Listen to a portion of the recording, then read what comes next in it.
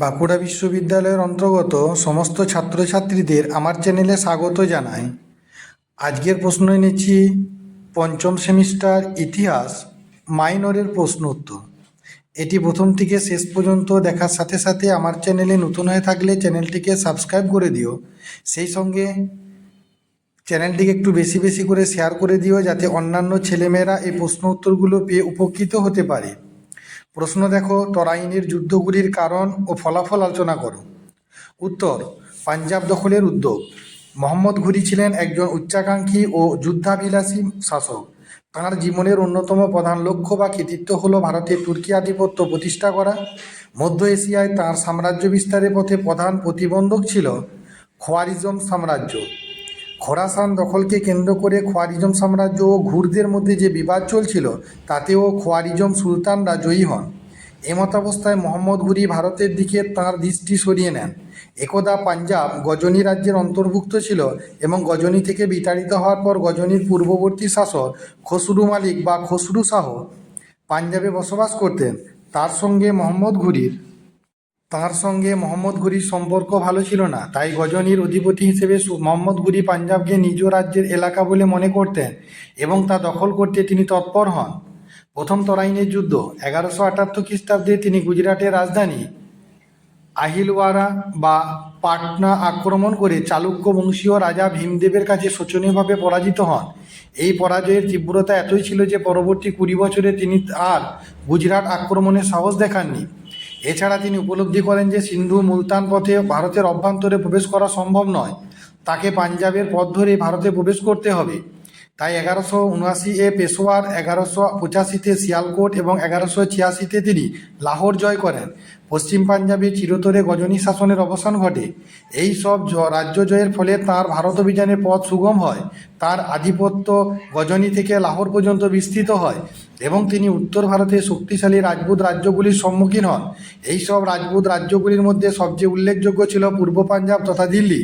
আজমিরের চৌহান বংশীয় রাজা তৃতীয় পৃথ্বীরাজ এর রাজ্য মোহাম্মদ ঘুরির অতর্কিত আক্রমণে রাজপুত রাজ্যগুলি কিন্তু বিচলিত হয়নি, কারণ সুলতান মাহমুদের পরবর্তীকালে মুলতান ও গজনি তুর্কি শাসকরা প্রায়ই এই সব অঞ্চলের উপর আক্রমণ হানতেন। তাই বিদেশি আক্রমণ এবং তা প্রতিহত করার ব্যাপারে এই রাজ্যগুলি মোটামুটি অভ্যস্ত হয়ে পড়েছিল। 1191 খ্রিস্টাব্দ মোহাম্মদ ঘুরি চৌহান বংশীয় রাজা তৃতীয় পৃথ্বীরাজ এর বিরুদ্ধে প্রথম তরাইনের যুদ্ধে অবতীর্ণ হন।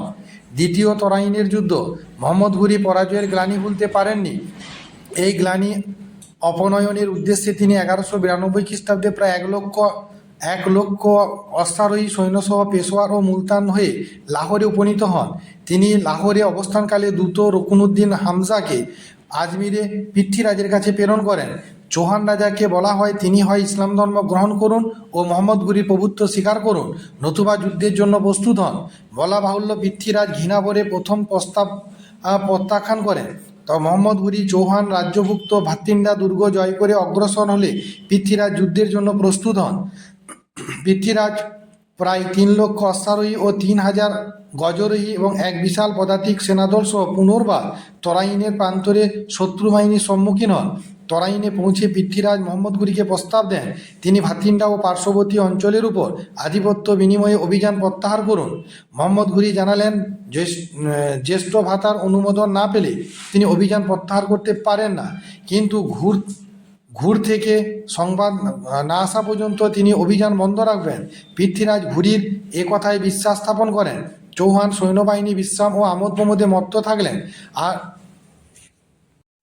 আর সুচতুর ঘুরি এই অবসরে শত্রুকে অতর্কিতে আক্রমণ হানার জন্য সদ্গোপনে প্রস্তুত হতে থাকেন। সুযোগ বুঝে এক রাতের অন্ধকারে শত্রুপক্ষের অলক্ষিতে শিবির থেকে মূল বাহিনী সরিয়ে নিয়ে তিনি পরদিন অতি ভোরে পিছন থেকে চৌহান সৈন্যদের আক্রমণ করেন। প্রথম দিকে মোহাম্মদ ঘুরি অপ্রস্তুত চৌহান সৈন্যদের বিরুদ্ধে কিছু সাফল্য পেলেও শেষে তীব্র প্রতিরোধের মুখে পিছু হটতে বাধ্য হন এবং মূল সৈন্যবাসে আশ্রয় গ্রহণ করেন। তিনি তার অশ্বারোহী সৈন্যদের 5টি দলে বিভক্ত করেন। গরিষ্ঠ দলটিকে রাখা হয় প্রায় 12,000 সৈন্য আর বাকি 4টির প্রতিটিতে 10,000। বৃহত্তম দলটিকে পরিপূর্ণ বিশ্রাম দিয়ে বাকি 4টি দল নিয়ে মোহাম্মদ ঘুরি ডান, বাম, পিছন ও সম্মুখ এই চতুর্দিক থেকে চৌহান সৈন্যদের আক্রমণ করেন। প্রায় সারাদিন ধরে এগিয়ে পিছিয়ে যুদ্ধ করে যখন চৌহান সৈন্যরা বেদম হয়ে পড়লেন, তখন মোহাম্মদ ঘুরির নির্দেশে প্রায় 12,000 সৈন্যের সংরক্ষিত বাহিনী অপর 4টি দলের সঙ্গে যুক্ত হয়ে একযোগে শত্রুপক্ষের উপর ঝাঁপিয়ে পড়েন। ক্লান্ত চৌহান সৈন্যরা ঘুরি সৈন্যদের প্রবল চাপের মুখে সহজেই পরাজিত হন। যুদ্ধক্ষেত্র থেকে পলায়মান পৃথ্বীরাজ সরস্বতী নদীর তীরে শত্রুর হাতে ধরা পড়েন। এভাবে 1192 খ্রিস্টাব্দে তরাইনের দ্বিতীয় যুদ্ধে পৃথ্বীরাজের শোচনীয় পরাজয় ঘটে। ফলাফল: নানা দিক থেকে তরাইনের যুদ্ধ ভারত ইতিহাসে গুরুত্বপূর্ণ এবং এই যুদ্ধ ভারত ইতিহাসে এক নতুন ধারা সূচনা করে। 1 নম্বর, এই যুদ্ধের ফলে ভারতের অভ্যন্তরে প্রথম তুর্কি রাজ্য প্রতিষ্ঠিত হয়। তরাইনের সাফল্য হল ভারতে তুর্কি জাতির আধিপত্য প্রতিষ্ঠার প্রথম ধাপ। 2 নম্বর, এই বিজয়ের পর তুর্কি জাতির জন্য আক্রমণকারীদের কাছে ভারতের দরজা খুলে যায়। 3 নম্বর, দিল্লি এবং পূর্ব পাঞ্জাব তুর্কি অধিকারে গেলে গঙ্গা যমুনা উপত্যকা তাদের জন্য প্রবেশের পথ প্রস্তুত হলো। 4 নম্বর, এই যুদ্ধের ফলে ভারতের সামরিক দুর্বলতা প্রকট হয়ে ওঠে এবং সময়ের সঙ্গে সেনাবাহিনীতে পরিবর্তন না নিয়ে আসার কুফল হাতে নাতে ধরা পড়ে। এই পরাজয়ে রাজপুত শক্তির উপর প্রবল আঘাত আনে এবং ভারতে মুসলিম আধিপত্য ও প্রভাব ক্রমাগত বাড়তে থাকে।